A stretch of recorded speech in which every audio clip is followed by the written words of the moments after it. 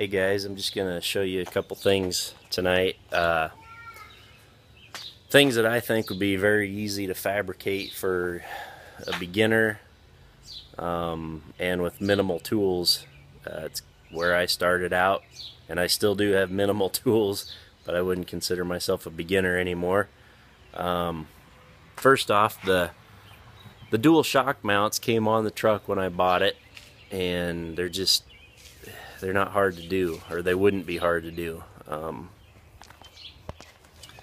The fronts, that's a 3/16 plate with a couple of slight bends and just like a triangular shape to meet these two holes in the frame, and bent out just a little bit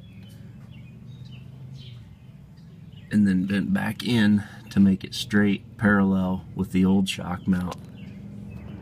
Right here, this is the old stock riveted in shock mount bracket, where if you didn't have this, you'd have just that single shock with the bushing, and then an outer bushing, and then the bolt and nut would go clear through into this boss in the frame. Well, all this does is, the kit included a longer bolt, which I replaced with a stainless bolt, and then the other shock will have its stock bushing. You buy the same exact shock. So if you're gonna dual up your fronts, you buy 4 fronts of the same part number. But this is the key piece right here, and really that's not hard to do, fellas. If you got a good vise, a grinder, access to a decent piece of 3/16 to 1/4 inch piece of steel, you can do it yourself. Down on the bottom is even easier. Stock shock mount on the axle, longer bolt, which I just got it mocked up right now, and a bushing to go between them. Bushing can be a piece of pipe that you cut down to the right size to leave enough gap for the 2 shocks. Some of this stuff isn't hard. A shackle flip kit could be an easy thing to build if you had a welder and grinder. You know, I mean, I don't know what the guy paid for this dual shock mount kit, but I'm sure it was a couple $100. You can probably build one for a few bucks, you know, and some elbow grease. For the rear shocks, again, you just use 4 of the same part number shock. The kit came with a upper mount bolt, which was basically the same as a stock mount bolt, which is nothing more than a kind of a stud type deal, but there's no reason why you couldn't use a bolt and bushing to space it out away from the frame a little bit. See that? Nothing fancy. And then on the bottom, I welded this, well, I'll call it a rocker, I guess, in order to get a shock on either side of the axle. This part here is the stock mount. This rocker piece basically bolts on with a longer bolt again, and then it spans the distance underneath the axle. And this was actually for a 10-bolt axle, and this is a 14-bolt semi-float, so the axle tube is bigger, so it's not made for it even. But again, 3/16 piece of steel, flat. I don't think there aren't even any bends in it. I widened out the half circle hole where it met the other smaller axle tube on the 10-bolt, and just welded it, and there you go. Pretty freaking easy. A lot of guys are spending a lot of money on this stuff. spend your money on the tools to do it yourself. Plus it's a lot more fun, a lot more satisfaction than just buying a kit, putting it on. Another thing guys spend a bunch of money on is a steering box brace.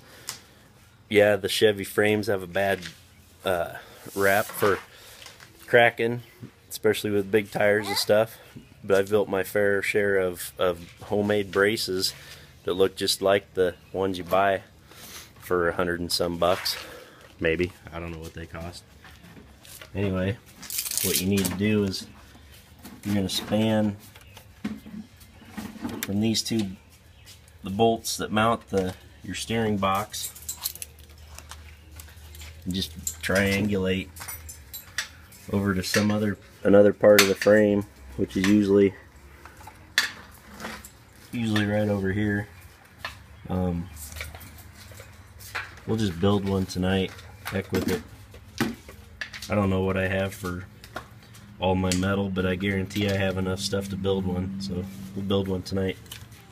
I've got a piece of 1/4 inch here that actually is a piece I cut out of my rear bumper.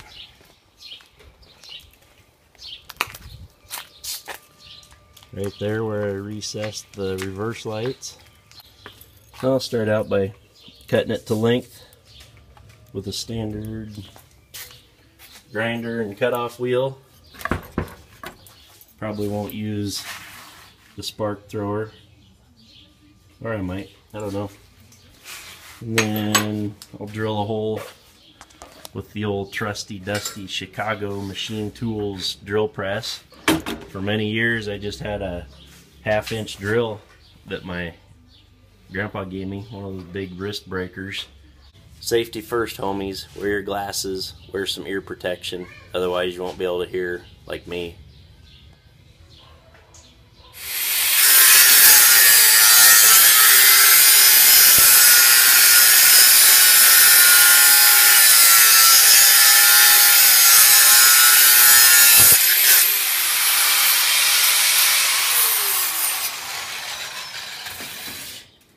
You might ask if those little sparks hurt. Hell yeah, they hurt.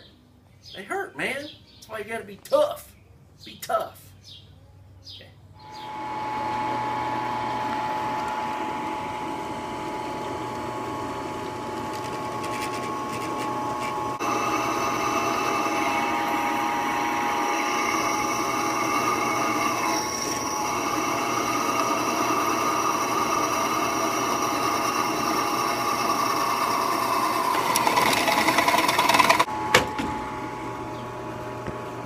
Couple pieces of bushing stock.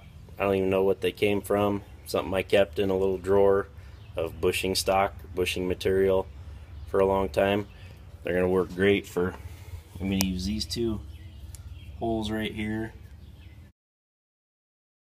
You can see in there I've got my 1/4 inch steel bolted up. Going to use those and they will hold the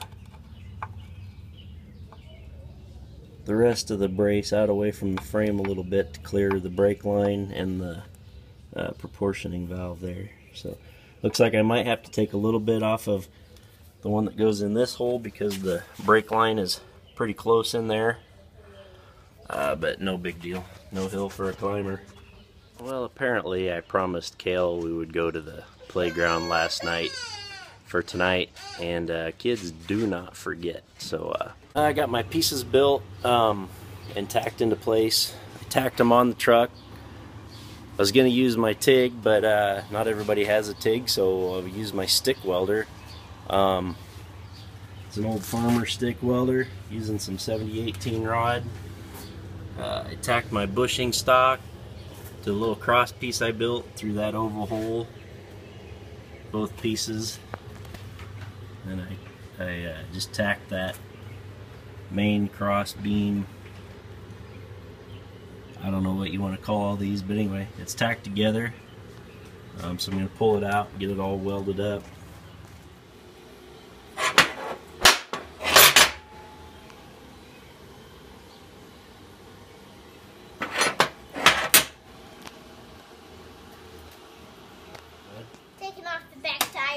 Oh, what's wrong with it? I'm just gonna take off these little things because they keep. One day when I was riding this, it just went like that. So that's why I'm taking off the back tire and the front tire. I see. So what all did we do to the front end? We took off the front and took off the light and stuff, and then we made it into a chopper with some silver steel. Yeah. It's pretty cool, huh? Yep. You like it? Yep, I like it. Love you, son. Love you. Getting cool now. Went in and had some dinner and I feel better. But we'll knock some of the slag off of there with the little slag hammer. Got all the slag chipped off of there. That's important if you're going to paint something, especially, which you should paint everything. I guess there's a little slag left because it'll eventually chip off and that'll take your paint with it. I'll do a little bit of grinding like on these sharp corners right here.